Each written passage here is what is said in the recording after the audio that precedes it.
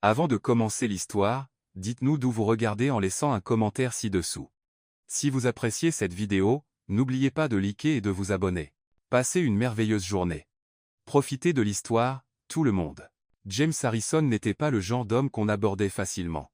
À 38 ans, il était déjà à la tête de Harrison Enterprises, une entreprise couvrant l'immobilier, la technologie et la finance.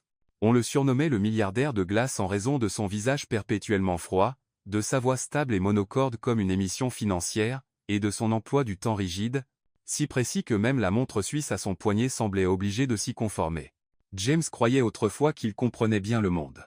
L'argent achetait la loyauté, les contrats liaient les gens. Mais il y a quelques années, la trahison d'un proche partenaire commercial avait laissé une profonde fissure en lui. Depuis lors, James se méfiait de tout le monde, y compris de ceux qui travaillaient dans sa propre maison. Étrangement, malgré son immense richesse, il semblait incapable de garder une femme de ménage. La plupart ne tenaient qu'une semaine. Certaines étaient trop curieuses, d'autres maladroites, et quelques-unes osaient même emporter par mégarde des objets brillants hors du manoir. James ne s'embarrassait jamais d'explications. Il se contentait d'un mot sec. Licencié. Ainsi, tous les quelques semaines, le département des ressources humaines de Harrison Enterprises devait publier une nouvelle annonce. Femme de ménage et assistante personnelle pour M. Harrison. Tout le monde savait que ce poste était bien rémunéré, mais presque impossible à conserver. Ce matin-là, James était assis dans le grand salon, feuilletant rapidement le dossier de la dernière candidate. Il n'attendait pas grand-chose. La suivante serait probablement comme les autres, soit excessivement polie de manière hypocrite, soit bien trop ambitieuse. Jusqu'à ce que la porte s'ouvre et qu'une voix féminine retentisse. « Bonjour, M. Harrison. Je suis Emily Thompson, ici pour passer un entretien pour le poste de supporter le patron le plus difficile de la ville. » James leva les yeux, le front plissé. La femme devant lui semblait avoir une trentaine d'années, grande, avec une silhouette soignée, les cheveux bruns attachés en arrière, les yeux brillants d'une pointe de malice. Elle portait une robe de bureau simple, sans marque de créateur, mais propre et correcte. « Je ne me souviens pas que cette phrase figurait dans la description du poste, » répondit James sèchement. Emily haussa les épaules avec un sourire. « Oh, j'ai lu les commentaires en ligne. Les gens disent, la maison Harrison, c'est comme un camp d'entraînement pour ninjas. Quiconque y survit, une semaine est pratiquement un super-héros. J'ai pensé tenter ma chance. » James marqua une légère pause. Il était rare que quelqu'un ose lui parler ainsi, surtout lors d'une première rencontre. Il referma le dossier et demanda abruptement, « Expérience professionnelle ? J'ai travaillé dans un hôtel à nettoyer et assurer le service en chambre, puis je me suis occupé d'enfants. Oh, et j'ai aussi joué les médiatrices pour des couples qui se disputaient souvent. En gros, je sais nettoyer, cuisiner et rendre les gens moins grognons. » James lui lança un regard perçant et glacial. « Je n'ai pas besoin d'une comédienne. Dommage, parce que plaisanter est mon instinct. Mais ne vous inquiétez pas, je peux toujours faire briller le sol. » Il inspira brièvement, réprimant une irritation, mais au fond, un coin de ses lèvres voulait presque s'étirer. « Étrange. Autre chose que je devrais savoir ?» Emily hésita légèrement avant de répondre. « Je suis mère célibataire. Ma fille a 6 ans. Parfois, je devrais être l'emmener si je n'ai personne pour la garder. Si ce n'est pas acceptable, je comprends. » James planta son regard dans le sien. Habituellement, la mention d'un enfant suffisait à rayer immédiatement une candidate. Son manoir n'était pas un endroit pour des enfants courant partout. Mais, étrangement, l'honnêteté dans ses yeux le retint de dire non. « Je vous donne une semaine d'essai, » dit-il enfin. « Mais ne vous faites pas trop d'illusions. La plupart ne tiennent pas jusqu'au 7e jour. » Emily rit comme s'il venait de raconter une blague. « Alors, j'ai une chance de battre un record. J'ai toujours aimé les défis. » Elle tendit la main pour une poignée de main. James se figea un instant, puis la serra à contre-cœur. Sa paume était chaude, douce, mais ferme, totalement à l'opposé du froid en lui. Quand Emily partit pour commencer son premier jour de travail, James resta immobile un moment. Il se dit, ce n'est qu'une semaine. Elle finira comme les autres. Et pourtant, au fond de lui, un léger murmure s'éveilla, comme un rayon de soleil glissant par une fissure dans la porte. Peut-être que cette fois serait différente. James Harrison ne faisait confiance à personne, surtout après d'innombrables déceptions. Sa confiance était comme un verre de cristal tombé sur la pierre, brisé en tant de morceaux que personne ne pourrait jamais le réparer. C'est pourquoi, chaque fois qu'un nouvel employé mettait le pied dans son vaste manoir, une seule pensée lui traversait l'esprit, combien de temps leur faudra-t-il pour révéler leur cupidité? Emily Thompson, la nouvelle femme de ménage engagée ce matin-là, semblait différente. Mais James refusait de se laisser duper par ses yeux pétillants et ce sourire espiègle. Trop de fois, il avait vu des gens prétendre être vertueux, pour ensuite essayer de lui soutirer de l'argent et exploiter sa confiance. Cet après-midi-là, James eut une idée pour la tester. Il décida de monter une petite mise en scène. Son bureau était une pièce où peu de gens entraient, sauf les femmes de ménage. C'était un grand espace au sol en bois sombre, avec de hauts plafonds, une paroi de fenêtres donnant sur le jardin et une autre bordée d'étagères imposantes. Dans un coin se trouvait un coffre-fort élégant, aussi robuste qu'une petite forteresse. James ouvrit le coffre, en sortit quelques liasses de billets neufs et laissa délibérément la porte entr'ouverte, laissant tomber quelques billets sur le sol, bien en vue. Puis il s'installa dans son fauteuil en cuir, se positionnant comme s'il était épuisé par le travail et s'endormait. En réalité, les yeux mi-clos, il observait tout. Son cœur ne battait pas d'anxiété, mais de curiosité. Ce n'était rien d'autre qu'un jeu qu'il gagnait toujours. On frappa doucement à la porte. « Mania. Harrison, puis-je entrer ?» C'était Emily. Elle poussa la porte, portant un balai et un sac rempli d'outils de nettoyage. Son attitude restait légère et détendue. Elle fredonnait même une petite mélodie joyeuse. James garda une expression neutre, inclinant légèrement la tête comme s'il dormait profondément. Emily commença à épousseter les étagères, se déplaçant dans la pièce. Puis son regard tomba sur le coffre-fort. James se raidit, son cœur battant d'un coup sec. Elle l'avait vu. Quelques billets étaient éparpillés sur le sol, brillant de l'éclat vert des billets de $100. Les yeux d'Emily s'élargirent brièvement. James pouvait presque prédire ce qui allait suivre. Elle se baisserait, ramasserait les billets, et les glisserait dans sa poche, mais ce qui se passa ensuite le laissa figé. Emily ne mit pas l'argent dans sa poche. Elle se baissa, ramassa chaque billet, lissa doucement les bords et les posa soigneusement sur le bureau. Puis, au lieu de laisser la pile en désordre, elle commença à la ranger, d'abord en un carré, elle fronça les sourcils et changea pour un cercle. Enfin, avec un petit rire, elle forma un cœur avec l'argent. Depuis son fauteuil, James dut faire appel à tout son sang-froid pour ne pas se lever d'un bond. Un milliardaire qui avait vu toutes sortes de stratagèmes luttait maintenant pour rester immobile à cause d'une action, étrange, fantaisiste et étrangement attachante, et ce n'était pas tout. Emily sortit un post-it jaune de sa poche, griffonna quelques lignes et le colla à côté des billets. L'argent doit aussi être bien rangé pour mieux se multiplier, patron, signé d'un petit smiley rond. James était stupéfait, sa gorge se serra d'une émotion qu'il ne pouvait nommer. Il avait vu des gens se battre bec et ongles pour son argent, tricher et voler pour en obtenir plus. Jamais personne n'avait utilisé son argent pour faire un cœur et laisser une note espiègle. Emily continua à nettoyer, époussetant joyeusement les vitres, apparemment inconsciente que son patron dormait. Elle chantait même doucement, sa voix claire résonnant dans une pièce qui n'avait connu que le bruit sec des pages tournées. James ne put se retenir plus longtemps. Un rire lui échappa. Emily sursauta, se retournant avec de grands yeux. « Vous êtes réveillé ?» James toussa rapidement, essayant de retrouver son expression sévère. « Je viens de me réveiller. » Elle plissa les yeux avec malice. « Tout juste réveillé, et pourtant vous riez à gorge déployée comme si vous regardiez une comédie ?» Il resta silencieux, à court de mots, ce qui était rare. Pour la première fois depuis des années, il avait vraiment ri. Pas le sourire forcé devant les journalistes, mais un rire montant directement de sa poitrine. « Je ne savais pas que vous aviez l'habitude de former des motifs étranges avec l'argent, » dit enfin James. Emily rougit, mais resta décontractée. « À la maison, ma fille et moi aimons arranger les pièces en fleurs ou en cœur. » Elle dit, « L'argent, c'est comme des graines. Quand on le garde bien rangé, il pousse. J'ai pensé essayer avec vos billets. Qui sait, peut-être que Harrison Enterprise gagnera quelques milliards de plus. » La remarque était si naïve et pourtant si charmante que James dut inspirer profondément pour s'empêcher de rire à nouveau. Après le départ d'Emily, James fixa la pile de billets en forme de cœur et le petit post-it. Une sensation étrangère se répandit dans sa poitrine, une étrange légèreté, comme si les nuages sombres qui planaient depuis longtemps au-dessus de sa tête s'étaient écartés pour laisser passer un filet de soleil. Il murmura pour lui-même. « Une femme de ménage a transformé mon argent en cœur. Que pense-t-elle que je vais faire de cette absurdité enfantine ?» Mais au lieu de se sentir agacé, il trouva cela amusant. Assez amusant pour que les coins de sa bouche refusent de rester immobiles. Ce soir-là, en quittant son bureau, James emporta le post-it avec lui.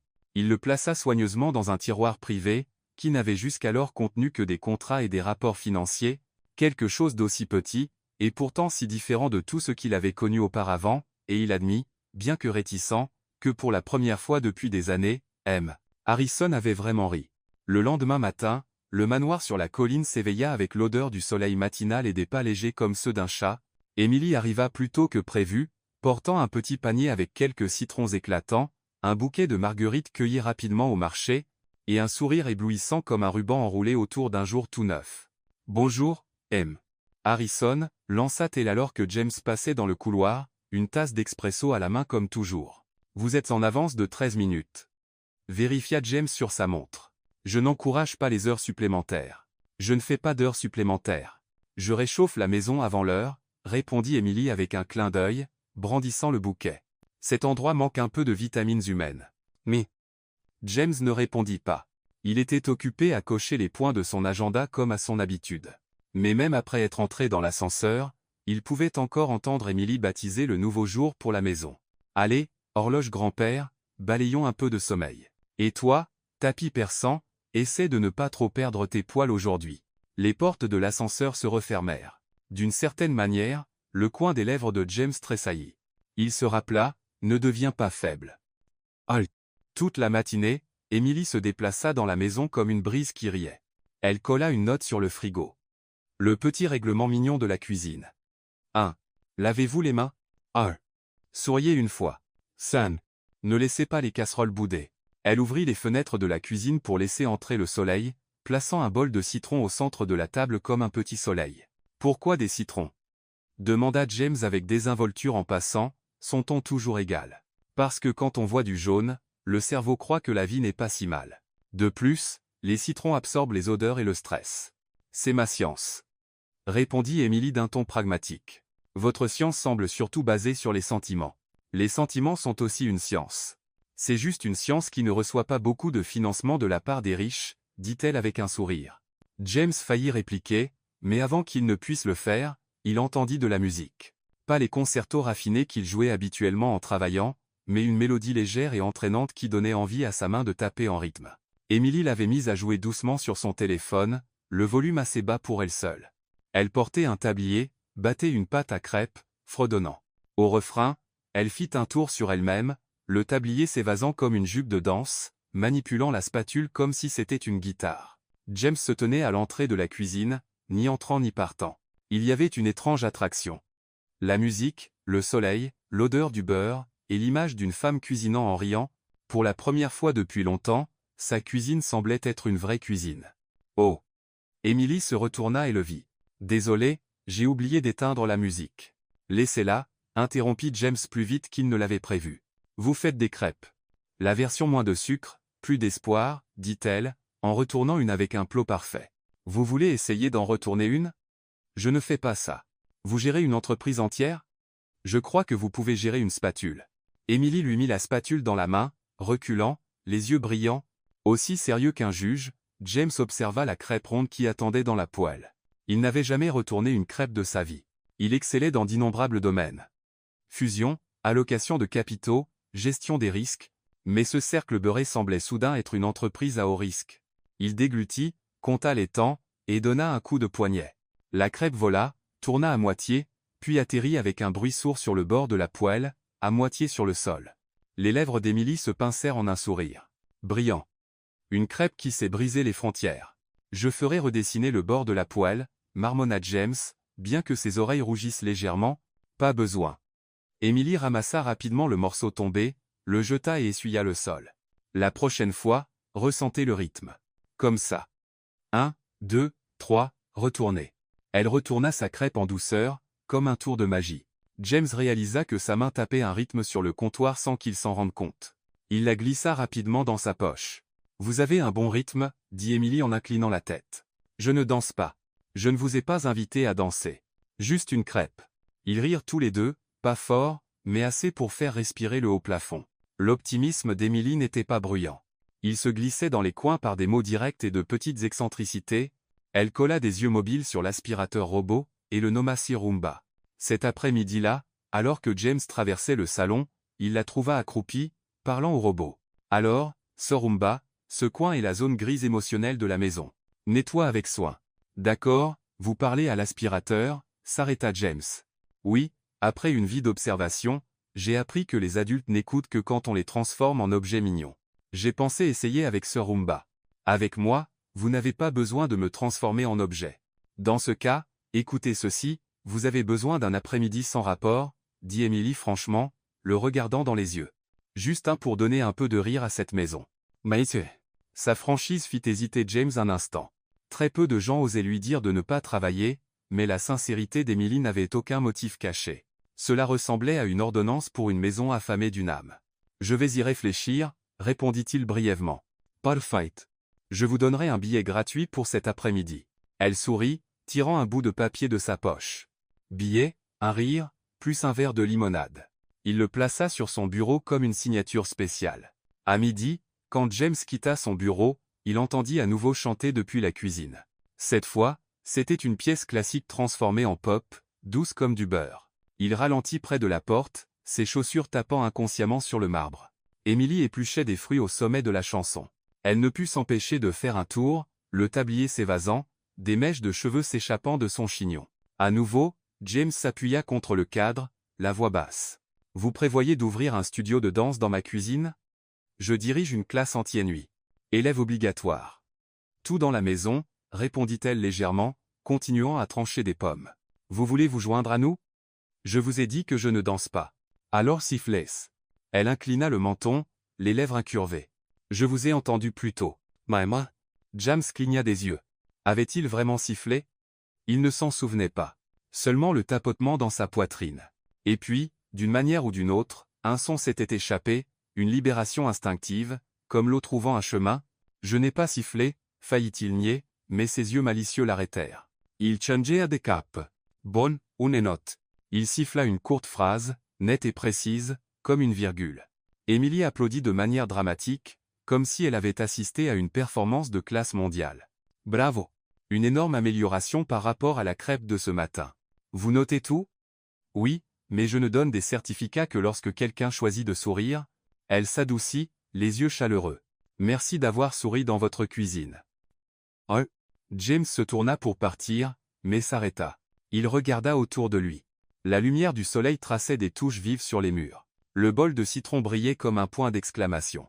Le règlement mignon restait joyeusement collé au frigo, et depuis le salon, Sir Roomba passait en bourdonnant, ses yeux mobiles oscillant en signe d'accord. Sa maison, autrefois froide comme un bureau exécutif, portait maintenant les empreintes de la vie. Cet après-midi-là, Emily passa à la bibliothèque. Elle ne réarrangea pas les livres. Elle savait que James détestait cela, mais épousta leur dos, murmurant quelques titres comme si elle saluait de vieux amis. Au piano négligé, elle souleva le couvercle et tenta un accord. Le son résonna maladroitement, comme un invité ayant oublié ses manières. « Vous jouez ?» James apparut à la porte, son ombre s'étendant sur le tapis. « Je presse les touches. »« Jouer est encore en négociation », plaisanta Emily, tapant quelques notes dans une phrase lumineuse, comme des gouttes d'eau. « Ce piano est triste. » Savez-vous pourquoi? Parce que personne n'y joue. Parce que personne n'était heureux quand on y jouait. Elle referma le couvercle et se tourna vers lui. Puis-je ouvrir les fenêtres de la bibliothèque tous les matins? Laisser entrer la lumière? Les livres aussi ont besoin de soleil. Lee. James l'étudia plus longtemps que d'habitude. Son regard n'était plus simplement évaluateur. Il mesurait autre chose. La température de la maison et de lui-même. D'accord, mais évitez la lumière directe sur les manuscrits rares. Dit-il doucement, presque dans un murmure. Je leur mettrai des chapeaux de soleil, taquina Emily. Ne faites pas ça, s'arrêta-t-il, puis il sourit de manière inattendue. Utilisez simplement les rideaux. Elle rit, et le son se répandit, grimpant sur les étagères, se glissant sous le tapis, adoucissant le tableau abstrait gris sur le mur, bien que personne ne l'ait touché. Plus tard, alors que James se préparait à partir pour une réunion du conseil d'administration en soirée, il trébucha une seconde sur sa cravate. Habituellement, il la nouait aussi vite qu'il signait son nom.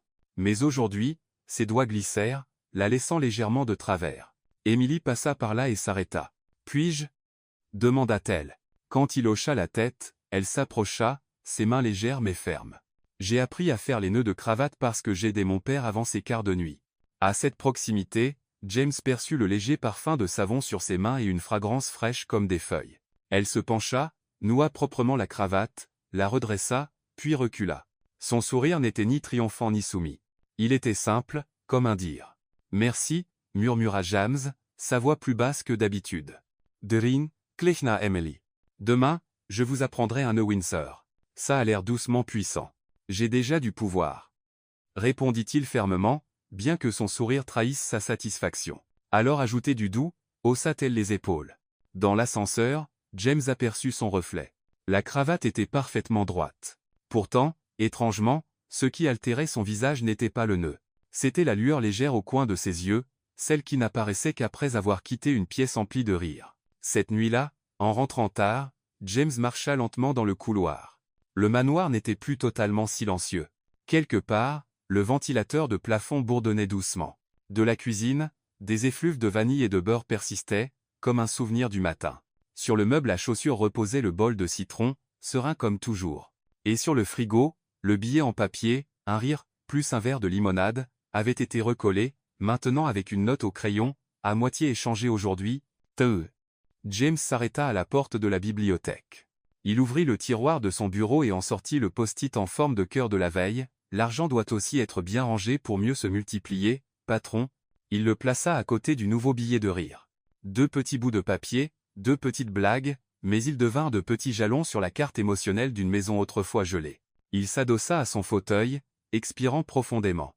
Dans son esprit, l'équation était aussi simple qu'une arithmétique, des marguerites plus des citrons plus une chanson plus une demi-crêpe tombée égale un rire, enfantin, même idiot. Mais en fin de compte, ce que les adultes refusaient le plus d'admettre était exactement ce qui les sauvait de la sécheresse. James éteignit les lumières. Juste avant que la porte ne se ferme, il entendit la voix d'Emily au loin, probablement en train de parler à Sir Rumba, disant « Demain, balai une autre couche de soleil. » D'accord. Il ferma la porte, et le sourire arriva avec l'obscurité. Pour la première fois depuis des années, la maison contenait vraiment du rire. Et étrangement, cela rendait tout, même un homme d'acier, plus léger. Le samedi matin se leva avec un ciel aussi clair que du verre fraîchement poli. Emily entra dans le manoir Harrison avec des yeux légèrement inquiets. À ses côtés marchait Lily, 6 ans, serrant un ours en peluche auquel il manquait une oreille. « Je promets d'être sage », murmura Lily, ses yeux sombres scintillants. « Oui, juste pour aujourd'hui. Je n'ai trouvé personne pour te garder, » répondit Emily doucement, puis elle se baissa pour ajouter « Souviens-toi d'écouter et de ne pas courir partout. » D'accord. Ma. James avait un emploi du temps plus léger que d'habitude et était assis dans la bibliothèque, examinant des rapports. Le son d'une voix d'enfant lui parvint, étrange, presque étranger, comme venant d'un autre monde. Il fronça les sourcils. Les enfants étaient quelque chose qu'il évitait. Ils étaient trop bruyants, trop imprévisibles, et pire encore, trop capables de briser un cœur qu'il avait travaillé dur à garder gelé. Il sortit dans le couloir et vit Emily avec une petite fille à ses côtés. Elle portait une robe en coton rose pâle, ses cheveux en 2 couettes inégales attachés avec des rubans, ce qui ne faisait que la rendre plus espiègle.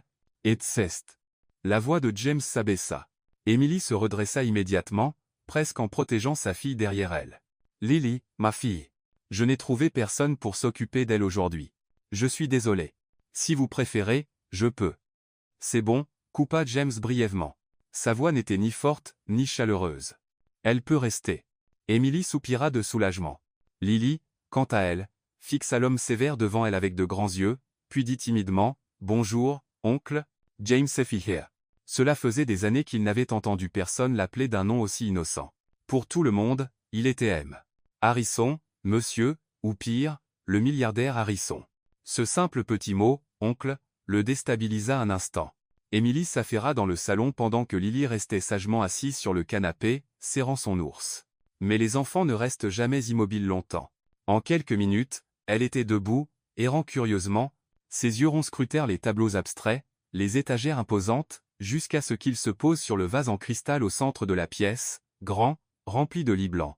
Elle inclina la tête et murmura à son ours. « C'est joli, mais un peu triste. » Elle se hissa sur la pointe des pieds pour toucher un pétale. À cet instant, un cliquetis aigu retentit. Le vase vacilla, puis bascula, se brisant contre le sol en bois. « Oh non !» Emily se retourna, horrifiée, des éclats de cristal éparpillés, des fleurs brisées. Le visage d'Emily blêmit alors qu'elle se précipitait, tirant sa fille derrière elle. « Amen. Harrison, je suis tellement désolé.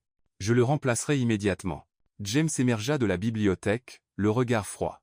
Le désordre était quelque chose qu'il méprisait, et ce vase était un souvenir rare. Emily se prépara à sa colère, mais Lily ne se cacha pas derrière sa mère. Elle s'avança, les yeux brillants de larmes non versées, mais scintillant de courage. « Je suis désolé, oncle. Je ne voulais pas. Je voulais juste regarder de plus près. Puis, à la stupéfaction de la mère et du maître, Lily s'agenouilla et commença à ramasser les fleurs, sans se soucier des éclats. Emily paniqua. Ma chérie, attention. Ne les touche pas. C'est bon, maman. Je veux juste réparer, dit-elle fermement. Elle prit un petit vase en céramique sur une table d'appoint, arrangeant soigneusement les lys intacts à l'intérieur. Les tiges brisées, elle les rassembla, les enveloppant doucement dans du papier de soie. En quelques minutes, un nouveau vase de fleurs se tenait là, pas parfait, mais naturel et innocent, comme une œuvre d'enfant. Voilà, c'est fait. Lily leva les yeux, brillance. Je l'appellerai le vase qui s'est relevé. Chaud. La pièce devint silencieuse. Emily ne savait pas si elle devait rire ou pleurer. Quant à James, il fixait la petite fille. Quelque chose d'étrange s'agitait en lui. Pas de la colère, mais de l'émerveillement. Une enfant avait cassé quelque chose de précieux. Pourtant, au lieu de se cacher ou de craindre une punition, elle avait utilisé son imagination innocente pour transformer les dégâts en quelque chose de nouveau, tout en offrant des excuses sincères. James s'accroupit lentement, rencontrant Lily à hauteur des yeux. « Pourquoi as-tu fait ça ? Parce que si quelque chose se casse, on peut le rendre beau d'une autre manière. Maman l'a dit, répondit-elle simplement. Et tu avais l'air triste. Ces fleurs sont censées t'apporter moins de tristesse. La poitrine de James se serra. Il ne se souvenait pas de la dernière fois que quelqu'un s'était soucié de ce qu'il ressentait. Emily observed nervousement. Attendant son verdict. Mais James se releva simplement, puis dit à la petite fille, le vase qui s'est relevé. Passe-moi. Les yeux de Lily s'illuminèrent. Elle tira la main de sa mère. Tu vois, maman, je t'avais dit qu'il n'était pas effrayant du tout. Emily rougit. Lily. Et pour la première fois depuis des années, James rit doucement, brièvement, mais sincèrement. Cet après-midi-là, de retour dans la bibliothèque, James se surprit à méditer sur une pensée inhabituelle. Cette maison n'avait contenu que du silence et des objets impeccables pendant des années. Mais c'était un vase brisé, rassemblé et réimaginé par une enfant, qui avait finalement donné une âme à cet endroit. Il réalisa que les plus grandes leçons ne venaient pas toujours des conférences ou des salles de réunion, mais d'une fillette de 6 ans aux yeux brillants et aux petites mains. Le vase qui s'est relevé, murmura-t-il, les lèvres légèrement incurvées, et à sa surprise, il sentit comme si son propre cœur s'était un peu relevé après tant d'années lourdes. Le manoir Harrison avait été conçu pour des fêtes somptueuses. La salle à manger s'étendait si longuement que même avec 10 personnes assises, elle semblait encore vide. Les lustres scintillaient, les couverts brillaient en rangées précises. Pourtant, depuis sa construction, James n'avait jamais vraiment utilisé cette pièce pour un repas significatif. La plupart du temps, il mangeait rapidement dans son bureau ou faisait apporter de la nourriture par son assistant. Mais ce jour-là, des mots sortirent de ses lèvres qui le surprirent lui-même. « Mademoiselle Thompson, ce soir, préparez-moi un repas. Je veux voir si votre goût peut satisfaire quelqu'un d'aussi exigeant que moi. » Raoult. Emily, en train d'essuyer le comptoir de la cuisine, releva la tête brusquement, ses yeux bruns s'illuminant comme s'ils s'étaient allumés. « Oh, alors je suis invité à dîner avec le patron. Est-ce un honneur ou un test ? » « Les deux, » répondit James calmement, bien qu'une lueur de curiosité se cache dans ses yeux. « Alors préparez-vous, car ma cuisine n'est pas sophistiquée. Je cuisine pour manger, pas pour des photos de magazines. » James haussa un sourcil. Cela faisait longtemps que personne ne lui parlait aussi simplement, comme s'il était juste un homme, pas un puissant milliardaire. Emily choisit des plats simples. Une soupe crémeuse au potiron, une salade verte, et un poulet rôti au miel. L'arôme se répandit rapidement dans la vaste cuisine, chassant son froid habituel. James entra, sans sa veste, portant seulement une chemise blanche.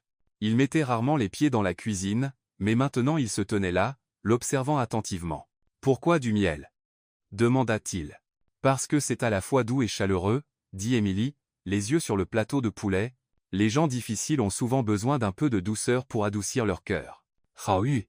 James s'éclaircit la gorge, masquant à quel point ces mots l'avaient directement touché. « Vous pensez que j'ai besoin d'être adouci ? » Pas seulement besoin, désespérément besoin, taquina-t-elle avec un sourire rapide. Mais, Harrison, vous froncez trop les sourcils. Bientôt, vous aurez 3 rides supplémentaires. Il se raidit légèrement. De n'importe qui d'autre, cela lui aurait coûté son emploi. Mais, avec Emily, il ne se sentait pas irrité. Au contraire, il se sentait plus léger. Quand le repas fut prêt, Emily tira une chaise en face de lui. « Je m'attendais à ce que vous vous asseyez en bout de table, à 1 mètre de distance, comme un aristocrate dans un film. Je n'aime pas le théâtre, » dit James, s'asseyant à côté d'elle plutôt qu'en bout. Cela ressemblerait à une réunion du conseil. Bien. Au moins maintenant, on peut s'entendre mâcher, plaisanta Emily, le faisant presque s'étouffer avec sa boisson. Il la regarda. Elle mâchait joyeusement sa salade sans la moindre prétention. Son attitude sans artifice contrastait fortement avec les dîners somptueux auxquels il avait assisté, où tout le monde souriait poliment tout en se méfiant les uns des autres. « Alors, qu'en pensez-vous » demanda-t-elle quand il goûta le poulet. James mâcha lentement, délibérément, gardant un visage sérieux. « C'est correct. »« Juste correct ?» Emily posa les mains sur les hanches. « J'ai passé tout l'après-midi à mariner ce poulet. Si vous notez comme ça, je ferai des nouilles instantanées demain. » Il éclata de rire, un rire vrai, sans retenue. Le son emplit la vaste salle à manger, le surprenant lui-même. « D'accord. Délicieux. Vraiment délicieux. Je complimente rarement la cuisine de quelqu'un.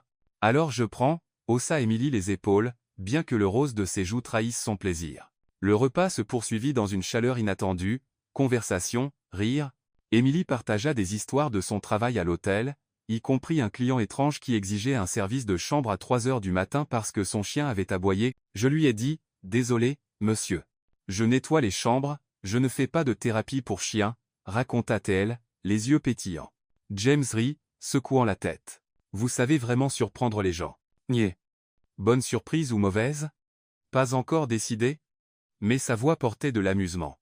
Emily ajouta nonchalamment un autre morceau de poulet dans son assiette. Mangez plus. Les gens qui froncent souvent les sourcils semblent souvent manquer d'énergie. Je ne fronce pas. Vous venez de froncer en disant, je ne fronce pas, rétorqua-t-elle. James se tut pendant 3 temps, puis rit à nouveau, cette fois ouvertement. Alors que le dîner touchait à sa fin, Emily lui versa un verre de limonade au miel. C'est une boisson qui guérit. Si vous ne vous sentez pas mieux après ça, vous pouvez le déduire de mon salaire. James prit une gorgée.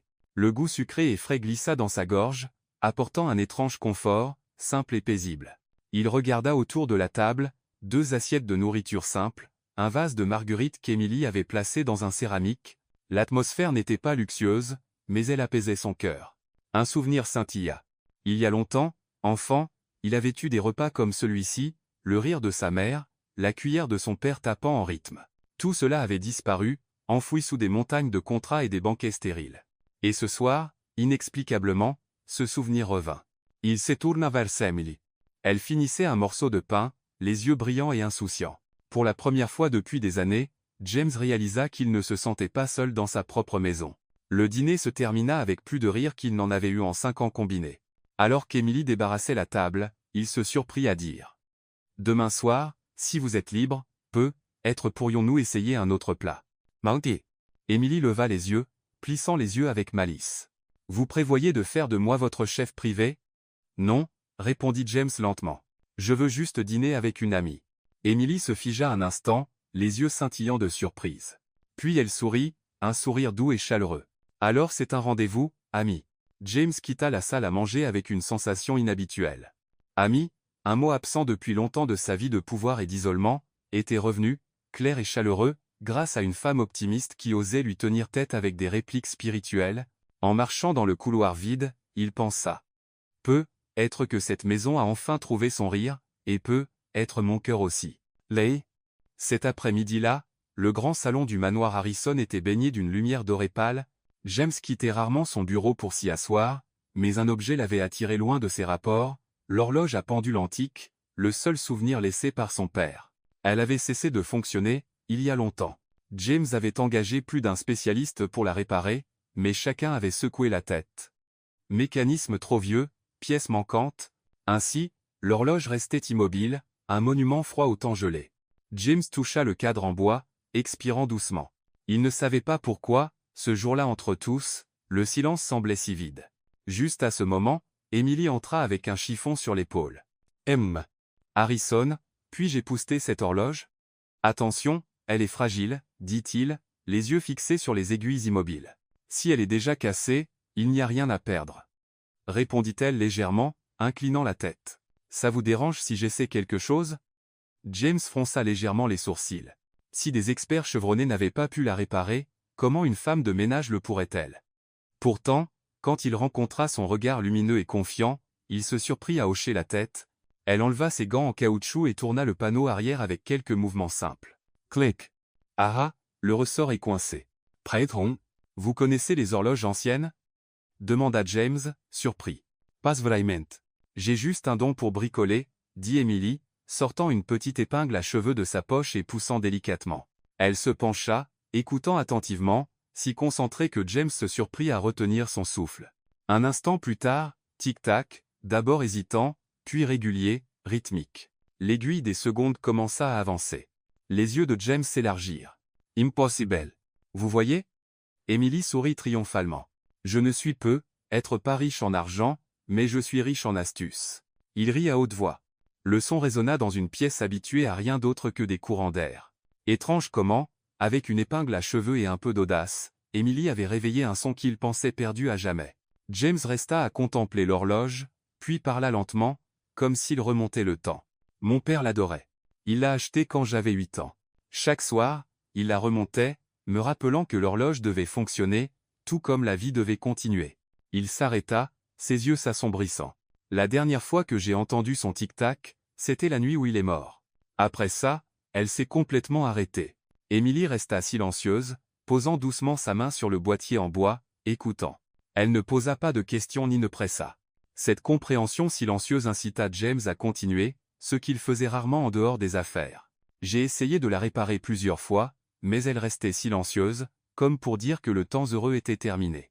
Il esquissa un sourire amer et faible. Jusqu'à aujourd'hui, le tic-tac régulier emplit la pièce, s'infiltrant dans ses recoins. La gorge de James se serra. Il se détourna, ne voulant pas qu'Emily voie cette rare douceur sur son visage. Pourtant, quand il jeta un coup d'œil en arrière, elle n'offrit qu'un petit sourire, ses yeux pleins de compréhension. Être que l'horloge n'était jamais cassée, dit-elle doucement. Elle attendait juste la bonne personne pour la réveiller. James la fixa. Personne ne lui avait jamais dit quelque chose comme ça auparavant. Le silence persista jusqu'à ce qu'Emily le rompe avec un rire. Eh bien, vous voyez, mes petits trucs ont été utiles. Je devrais ajouter spécialiste des horloges anciennes à mon CV. Vous prévoyez de concurrencer les réparateurs professionnels? Demanda James, le coin de la bouche se relevant. Pourquoi pas? Je viens de les battre à leur propre jeu. Ils rirent tous les deux, leur voix se mêlant au tic-tac, éclaircissant la pièce autrefois lugubre. Ce soir-là, après qu'Emily fut rentrée chez elle avec sa fille, James resta dans le salon, les yeux sur les aiguilles en mouvement de l'horloge. Dans son esprit résonnait sa voix, je ne suis être pas riche en argent, mais je suis riche en astuces. Pour la première fois depuis des années, James ressentit l'envie de partager son histoire avec quelqu'un, et étrangement, cette personne n'était ni un partenaire ni un thérapeute, mais la femme de ménage qui discutait, riait et venait de redémarrer l'horloge de son père. Il effleura le verre de ses doigts, murmurant comme à son père. Je continue d'avancer, père, et être que cette fois, je ne serai pas seul. Nieu. Pendant 10 ans à la tête de Harrison Enterprises, James Harrison avait construit l'image d'un homme d'acier, un visage de pierre, des pas décidés, des mots brefs comme des points de liste. Il était si notoire que les médias faisaient circuler une blague récurrente. Si quelqu'un parvenait à faire rire James, il méritait une place dans l'histoire financière, mais dernièrement, les employés commençaient à suspecter que la blague avait expiré. Pendant les réunions, James souriait parfois, pas le sourire rigide et poli de courtoisie professionnelle, mais un vrai sourire, même fugace. Une fois, un assistant jura même l'avoir entendu rire doucement en vérifiant son téléphone, chose inédite. Puis la nouvelle se répandit rapidement. Harrison avait mangé un gâteau dans son bureau, une part de tarte aux pommes chaudes, parfumée et faite maison, pas d'un restaurant 5 étoiles, mais de la cuisine du manoir. Et les gens chuchotaient que la nouvelle femme de ménage, Emily, était la pâtissière. Le patron a mangé un gâteau fait par la femme de ménage, murmura quelqu'un dans la salle de pause. Il n'a toujours mangé que de la nourriture préparée par des chefs privés. J'ai aussi entendu qu'il a dit que c'était bon. Un autre ajouta, les yeux écarquillés, comme s'il assistait à un phénomène. En quelques jours, les ragots s'étaient transformés en tourbillons au dernier étage de Harrison Enterprises. Parmi les chuchotements, plus d'un assistant trouvait cela injuste. Ils avaient passé des années à étudier, à gravir les échelons, à se battre pour une chance de se tenir près du patron. Et pourtant, une femme de ménage, employée depuis seulement quelques semaines, avait réussi à le changer d'une manière qu'il n'aurait jamais pu. Elle doit avoir un agenda, murmura un assistant à un collègue dans la salle de reprographie. Harrison ne fait jamais confiance à personne. Pourquoi elle? Exactement. Les femmes comme ça sont rusées. Ça ne me surprendrait pas si elle finissait avec sa propre chambre dans le manoir. Les mots étaient discrets, mais assez tranchant pour alimenter une vague de soupçons. Les regards commençaient à suivre Emily chaque fois qu'elle venait au siège pour livrer des dossiers ou transporter des documents du manoir. Emily ne se souciait pas beaucoup des rumeurs. Elle était trop occupée par son travail et sa fille. Pourtant, parfois dans l'ascenseur ou un couloir, elle surprenait les chuchotements qui la suivaient. Un après-midi, en livrant des rapports du manoir, elle passa devant une salle de réunion. La porte n'était pas complètement fermée, et les voix à l'intérieur portaient clairement « Monsieur », dit un assistant masculin, « je pense que le patron étant trop amical avec une femme de ménage est inapproprié. Cela pourrait nuire à votre image de leader. » « C'est exact. » Ajouta une autre voix. « Avec tout le respect que je vous dois, elle n'est pas du même rang, M. Harrison. La gentillesse peut facilement être exploitée. » Emily se figea, son cœur battant la chamade. Elle n'avait pas l'intention d'écouter aux portes, mais ses pieds restèrent cloués au sol. Silence à l'intérieur. Puis la voix de James retentit, basse et ferme. « Assez. Personne n'osa respirer. Vous dites pas du même rang. » Pressa-t-il chaque mot avec force. « Laissez-moi vous dire ceci. Elle est plus honnête et plus capable que beaucoup de ceux qui se prétendent experts. » L'air devint lourd. Un assistant tenta de protester, mais James continua. « Je préférerais faire confiance à quelqu'un qui sait rire honnêtement et vivre sincèrement qu'à des gens qui portent des masques toute la journée et parlent de rang. Si quelqu'un ramène Emily dans les ragots, préparez votre lettre de démission. » Niais. À l'extérieur de la porte, Emily resta figée. Elle n'avait jamais imaginé que cet homme froid et distant la défendrait si farouchement. Elle s'éloigna rapidement avant que quelqu'un ne puisse ouvrir la porte, ses pas tremblants, partagés entre l'embarras et une étrange chaleur. Dans sa vie, peu de gens s'étaient levés pour elle, encore moins aussi ouvertement devant le personnel senior. Elle murmura pour elle-même, « Je ne suis qu'une femme de ménage. » Pourquoi ferait-il cela? Ce soir-là, de retour au manoir, elle était encore troublée. Lily remarqua le silence de sa mère et demanda, « Maman, qu'est-ce qu'oncle Harrison a fait pour que ton visage soit rouge ?» Emily sursauta, « Je ne rougis pas. » Mais sa main effleura sa poitrine. À l'intérieur, son cœur battait encore d'un rythme étrange et nouveau. Quelques jours plus tard, James passa par la cuisine et vit Emily préparer une tarte aux pommes.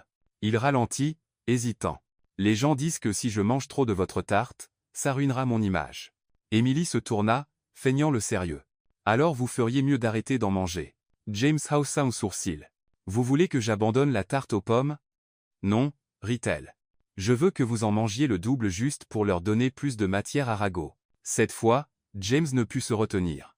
Il rit fort et sans retenue.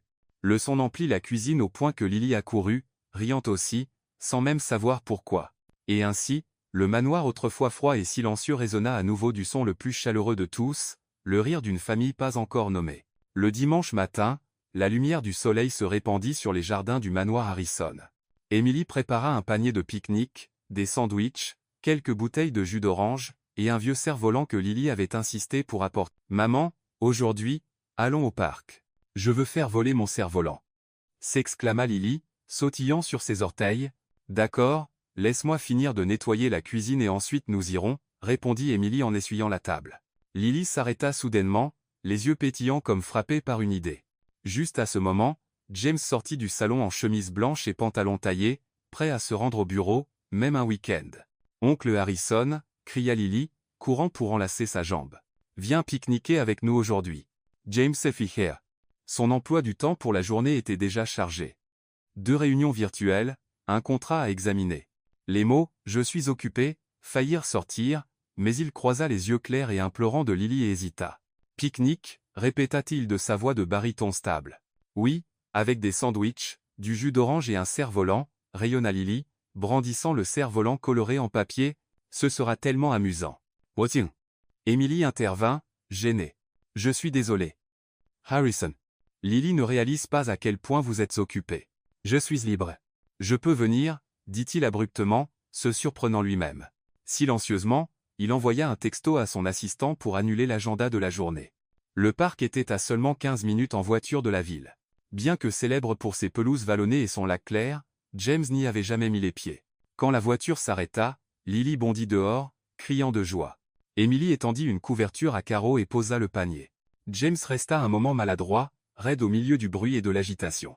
Il était habitué aux salles de réunion, pas aux familles sur des couvertures de pique-nique. « Vous ne vous asseyez pas ?» Emily leva les yeux, plissant les yeux avec malice. « Ou vous prévoyez de négocier des contrats avec cet arbre-là, Bah. James rit sous cape. Il enleva sa veste et s'assit à côté d'elle, encore un peu raide. Mais quand Lily lui tendit fièrement le premier sandwich, la maladresse commença à fondre. Mange, oncle. Maman et moi l'avons fait ensemble. Il y a de la laitue, du jambon et un peu de fromage. Lenta. James prit une bouchée, mâchant lentement. Le goût était simple, mais étrangement meilleur que n'importe quel repas de luxe qu'il avait eu. Passe mal. Murmura-t-il. Encore ce pas mal, taquina Emily. Vous voulez en fait dire que c'est bon, mais vous ne pouvez pas vous résoudre à le dire, n'est-ce pas? Il la regarda, les lèvres s'étirant vers le haut. Peut être, na. Après avoir mangé, Lily les entraîna tous les deux sur la pelouse. Allez, mon cerf-volant doit voler le plus haut. Je n'ai jamais fait voler un cerf-volant, admit James. Alors aujourd'hui, c'est votre leçon, dit Emily, plaçant la ficelle dans sa main. Ne vous inquiétez pas, les enfants de 6 ans y arrivent. Vous aussi. Il fixa la bobine de ficelle, puis le cerf-volant en papier fragile. Pour lui, tout cela semblait inutile. Mais alors que Lily courait devant, les cheveux flottant au vent, quelque chose dans sa poitrine s'éleva. Il faut courir aussi, cria Emily, le tirant avec elle. Et ainsi, James Harrison, l'homme sévère dont les pas traversaient habituellement les salles de conférence au tapis rouge, se retrouva à sprinter sur l'herbe, la ficelle du cerf-volant en main. Quand le cerf-volant attrapa le vent et s'envola dans le ciel, il éclata de rire, un rire fort, libre et sans retenue. Tu vois? Lily applaudit. Je t'avais dit que tu pouvais le faire. Plus tard, ils se reposèrent sous un grand arbre. Lily inventa un jeu de lancer de boules de papier. Un lancer alla trop loin, frappant James de plein fouet et renversant du jus d'orange sur sa chemise blanche impeccable. Oh non, je suis désolé. Je ne voulais pas, allaita Lily. Emily paniqua aussi. Je vais la laver tout de suite, M. Harrison. Mais James rit si ouvertement que la mère et la fille le fixèrent, choqués. Il déboutonna sa veste, laissant la tache s'étendre. Ce n'est qu'une chemise. Honnêtement, je me sens mieux quand ce n'est pas si parfait. Tanguy. Emily s'effichait. À cet instant, il n'était plus le patron milliardaire exigeant, juste un homme se laissant aller à être ordinaire. Le soleil se coucha bas, projetant une lueur dorée sur le lac. Lily, épuisée par le jeu, s'endormit dans les bras de sa mère. James s'assit en face, observant silencieusement. Il réalisa que la joie de la journée ne venait pas des chiffres dans un rapport ou d'un accord conclu, elle venait du rire d'une enfant, d'un sandwich maladroit fait avec soin, d'un cerf-volant s'élevant dans le ciel. Doucement, presque pour lui-même, il murmura, « Peut être que le bonheur est vraiment aussi simple. » Emily leva le regard, croisant le sien. Dans le calme du crépuscule, aucun mot n'était nécessaire. Tous deux comprirent. Certains moments sont petits, mais assez puissants pour changer un cœur tout entier. Ce midi-là, le manoir Harrison était plus calme que d'habitude. James venait de terminer une réunion virtuelle du conseil et descendit dans la salle à manger, seulement pour remarquer qu'aucune odeur familière ne flottait depuis la cuisine. Il fronça les sourcils, une étrange inquiétude montant dans sa poitrine. Il chercha au rez-de-chaussée, mais ne vit aucun signe d'Emily. Juste à ce moment, une toux légère vint du petit salon à côté de la cuisine. James poussa la porte et trouva Emily affalée contre le mur, le visage rouge, les yeux fermés. Lily était assise à côté d'elle, paniquée. Oncle Harrison, maman a de la fièvre. Je ne sais pas quoi faire. Oh. James s'effichait. En toutes ces années à gérer une entreprise, il avait traité des contrats de plusieurs milliards et des crises médiatiques, mais ce moment le laissa désemparé. Ça va aller, dit-il doucement, s'avançant pour soutenir Emily. Sa peau brûlait de chaleur, son front humide de sueur. Emily ouvrit les yeux, les lèvres tremblantes. Je suis désolé. Je dois juste être épuisé. Laissez-moi me reposer un peu, et ça ira. Silence. Ne parlez pas. Ordonna James, mais sa voix portait une douceur inattendue. Il la souleva dans ses bras avec autant de soin que si la moindre force pouvait la briser. Les yeux d'Emily s'élargirent de surprise, son cœur trébuchant. Cela faisait si longtemps que personne ne l'avait tenu ainsi, en sécurité, stable, et chaleureux. Il la déposa sur le lit et remonta la couverture autour d'elle. Lily s'assit au bord, serrant la main de sa mère. « Veille sur elle. Je vais faire quelque chose, » dit James avant de réaliser qu'il n'avait jamais soigné une personne malade auparavant. Il hésita, puis déclara, « Je vais faire du porridge. » « Oui. » La cuisine et Harrison n'avaient rarement vu un tel chaos. James retroussa ses manches, sortit du riz du frigo, mais trébucha, incertain de comment le laver. L'eau éclaboussa partout. Des grains se renversèrent sur le comptoir. Lily se tenait à côté de lui, fronçant les sourcils comme une petite maîtresse d'école. « Passe comme ça, oncle. Maman m'a appris. » Lavez le riz 2 fois, puis ajoutez de l'eau pour couvrir et allumer le feu. James écouta sérieusement, suivant étape par étape.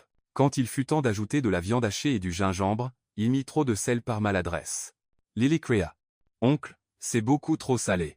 Maman ne le mangera pas. » Folly, James se gratta la tête, grimaçant. « Je suis seulement bon à signer des contrats, pas à assaisonner. » Ils se regardèrent, puis éclatèrent de rire. La tension s'apaisa dans la cuisine, autrefois remplie seulement du cliquetis des couverts, maintenant résonnant de bavardage et de rire. Enfin, le porridge fut terminé. Il était liquide, trop chargé en gingembre, mais au moins comestible. James porta un bol à l'étage. Assis à côté du lit, il souffla patiemment sur chaque cuillerée pour la refroidir avant de la donner à Emily. Elle ouvrit la bouche à contre-cœur, trop faible pour résister, et ne voulant pas non plus l'offenser. Le porridge était salé, épicé, étrange au mieux. Mais c'était la manière dont James donnait chaque bouchée avec soin qui fit monter les larmes à ses yeux. « C'est délicieux, » murmura-t-elle, la voix tremblante. « Ne vous forcez pas. Je sais que ma cuisine est affreuse, » sourit James, ses yeux inhabituellement tendres. « Mais pour la première fois de ma vie, j'ai envie de prendre soin de quelqu'un. » Emily le regarda. Ses yeux profonds n'étaient plus froids. Ils brillaient si chaleureusement que son cœur trembla. Elle réalisa alors que les murs glacés entourant cet homme commençaient à fondre. Dans l'après-midi, Emily s'était endormie. Lily se blottit contre le côté de sa mère tandis que James restait assis silencieusement dans un fauteuil près du lit, observant. Il tendit la main pour écarter quelques mèches humides du front d'Emily, son toucher si prudent comme s'il craignait de la réveiller. À cet instant, quelque chose de lourd s'agita dans sa poitrine. Pas de la pitié, pas du devoir, mais un désir plus profond de protéger ces deux-là, non pas pour un jour, mais pour toujours. Il avait pensé que le bonheur se trouvait dans la hausse des profits, dans les cours boursiers en flèche. Mais maintenant, regardant le visage fatigué d'Emily et le sommeil paisible de Lily, James comprit que le vrai bonheur était aussi simple. Avoir quelqu'un dont prendre soin et quelqu'un qui donnait à son cœur envie de rester. Il soupira doucement, puis sourit. Ai-je trouvé la famille qui m'a toujours manqué. Faux. Ce soir-là, quand Emily se réveilla, elle vit qu'elle était encore soigneusement couverte d'une couverture. Sur la table de chevet reposait un bol de porridge frais, fumant, cette fois assaisonné juste comme il faut. James était affalé près de la fenêtre, la tête en arrière, somnolent. Elle regarda cet homme autrefois froid et distant, et sa poitrine se remplit de quelque chose d'indescriptible. Peut-être, pensa-t-elle, le moment où il l'avait portée au lit, doux comme si elle était un trésor, était le véritable tournant. Sa main effleura le bol chaud. Elle murmura doucement. « Merci, monsieur. »« Non, merci, James. » Dans la lumière tamisée, les yeux de James s'ouvrirent en scintillant. Il avait entendu chaque mot, et il savait qu'à partir de ce moment, rien ne serait plus jamais pareil. Un lundi matin, James entra dans le bureau de Harrison Corporation comme d'habitude, mais au moment où sa secrétaire lui tendit le journal financier du jour, il se figea. À la page 2 se trouvait une photo floue, mais assez claire. Lui assis sur l'herbe tenant un cerf-volant à côté d'une femme et d'une petite fille riant joyeusement, le gros titre criait. Le milliardaire froid Harrison aperçut de manière inattendue avec une mystérieuse petite famille. Way. James fronça les sourcils, son expression glaciale reprenant immédiatement sa place. En effet, ce jour-là au pique-nique, il n'avait pas remarqué qu'on prenait des photos, mais les médias ne manquaient jamais une occasion d'embellir une histoire. Cet après-midi-là, lors d'un appel vidéo avec ses proches, il entendit un ton de réprimande aigu. « James, qu'est-ce que tu fais ? Le conseil et la presse spéculent tous. Une femme de ménage ? Te rends-tu compte que si cela se répand, ce sera vu comme une tache sur notre nom ?» Un autre parent ajouta, « Ne laisse pas tes sentiments personnels interférer, la presse exagère tout. Tu es Saint Harrison. La réputation de la famille ne peut pas être ébranlée par une femme sans nom. » Mais moto. James resta silencieux. Depuis l'enfance, il était habitué à la dureté, à l'ombre pesante de la famille et de l'entreprise, mais cette fois, une autre voix s'éleva en lui, plus forte que toute la pression familière. Il se souvenait de ce pique-nique, du rire de Lily, des yeux rayonnants d'Emily regardant sa fille courir sur l'herbe, et même de lui-même. Il avait souri, un vrai sourire, pas pour prouver quoi que ce soit. Depuis combien de temps n'avait-il pas ressenti être un être humain normal? Lentement, il parla à l'écran. Il y a des choses qui ne peuvent pas être mesurées par la réputation ou les actions. Vous pouvez penser que je suis faible, mais je ne perdrai pas à nouveau la chose la plus précieuse que je viens de trouver. L'autre bout devint silencieux. Personne n'osa dire un mot de plus. Pendant ce temps, au manoir, Emily frottait et rangeait, l'esprit en plein chaos. Elle avait entendu les nouvelles. Des photos de James au pique-nique avec elle et Lily s'étaient répandues sur les forums. Les gens bourdonnaient, certains jaloux, d'autres moqueurs. Même une femme de ménage peut grimper jusqu'à un milliardaire. Emily se mordit la lèvre fort. Elle savait exactement qui elle était, une mère célibataire n'ayant rien d'autre que ses mains laborieuses. James aurait-il vraiment le courage de rester à ses côtés alors que le monde entier l'observait au microscope? Quand James entra dans la maison, elle hésita, puis dit timidement, « M. Harrison, si cela vous cause des ennuis, je démissionnerai. Je ne veux pas être un fardeau. » James se figea, son regard perçant une fraction de seconde, puis s'adoucissant. Il s'approcha, sa voix stable et ferme. « Emily, ne pensez jamais que vous êtes un fardeau. S'il y a quelqu'un qui doit partir, ce sont les ragots, pas vous. » Elle leva les yeux, les larmes au bord des yeux. Pourtant, la peur persistait. « Mais je ne suis qu'une. » Il la coupa. « Vous êtes celle qui apporte le rire dans cette maison. Et Lily, elle est la lumière que je n'ai jamais eue dans ma vie. » Mao. À cet instant précis, Lily accourut du jardin, serrant fort la jambe de James. « Oncle James, je viens de dire à mes amis à l'école que tu as mangé le gâteau de maman. » Les deux adultes se figèrent. Emily rougit tandis que James rit, ébouriffant les cheveux de la petite fille. « Et qu'ont dit tes amis? » « Ils ont dit que ça veut dire qu'oncle James aime maman, » répondit Lily innocemment, ses yeux pétillants. « Et je pense pareil. Quand tu regardes maman, tes yeux brillants. Tain. » Emily se détourna, le cœur battant follement. James regarda l'enfant, puis Emily, sa voix profonde mais chaude. « Lily, tu es plus intelligente que la plupart des adultes. » À cet instant, Emily ne pouvait plus le nier. Ce que Lily avait lâché si naturellement était la vérité même qu'elle avait essayé de cacher. Son cœur s'était déjà ému, et l'homme devant elle, même au milieu d'une tempête de regards publics, restait inébranlable comme un mur contre le vent. À la tombée de la nuit, Emily s'assit près de la fenêtre, le cœur encore partagé entre la peur et l'espoir. Mais cette fois, quand elle entendit les pas de James approcher, elle ne recula pas. Debout derrière elle, James dit doucement. « Je ne sais pas à quel point l'avenir sera difficile, mais une chose est certaine, je ne laisserai personne me séparer de vous et de Lily. » Emily serra les mains fort, les larmes coulant sur ses joues. Dans l'obscurité, elle murmura « Je vous crois. » Ce n'était pas seulement une promesse de confiance. C'était aussi une acceptation des sentiments qui grandissaient silencieusement, brisant chaque barrière. Cet après-midi-là, Emily reçut une invitation inattendue de James. Il apparut dans la cuisine où elle était occupée avec une fournée de pâtisserie, son expression sérieuse mais légèrement maladroite. « Emily, ce soir, j'ai une soirée. Voudriez-vous m'accompagner ?» Elle releva la tête si vite que la cuillère dans sa main faillit glisser. « Moi? M. Harrison? Je ne suis que laide. Comment pourrais-je » James s'éclaircit la gorge, évitant son regard comme s'il n'était pas habitué à demander ce genre de choses. « Pas en tant qu'aide. Je veux que vous soyez à mes côtés. » Les mots figèrent Emily sur place. La chaleur monta à ses joues, mais elle finit par hocher légèrement la tête. Quand elle entra dans la salle de bal du Grand Hôtel ce soir-là, Emily eut l'impression de pénétrer dans un autre monde. Les lustres en cristal scintillaient au-dessus, les robes brillaient comme de la soie liquide, et la lumière dorée dansait sur la surface des verres à vin. Elle portait une robe simple que James avait arrangée pour elle, ses cheveux soigneusement relevés. Pas de maquillage lourd, seulement la courbe timide de son sourire. Pendant un moment, les regards s'attardèrent sur elle. Des murmures traversèrent la foule. Qui est-elle? Ce n'est pas le genre de femme que James amène habituellement, elle semble si authentique. Kunda. La confiance d'Emily vacilla, mais alors un invité laissa tomber un foulard en soie par accident. Sans hésiter, Emily se baissa pour le ramasser, ajoutant avec un sourire penaud, « Heureusement que ce n'était pas un verre de vin, sinon je serais à quatre pattes à frotter le sol. » Des rires parcoururent la foule.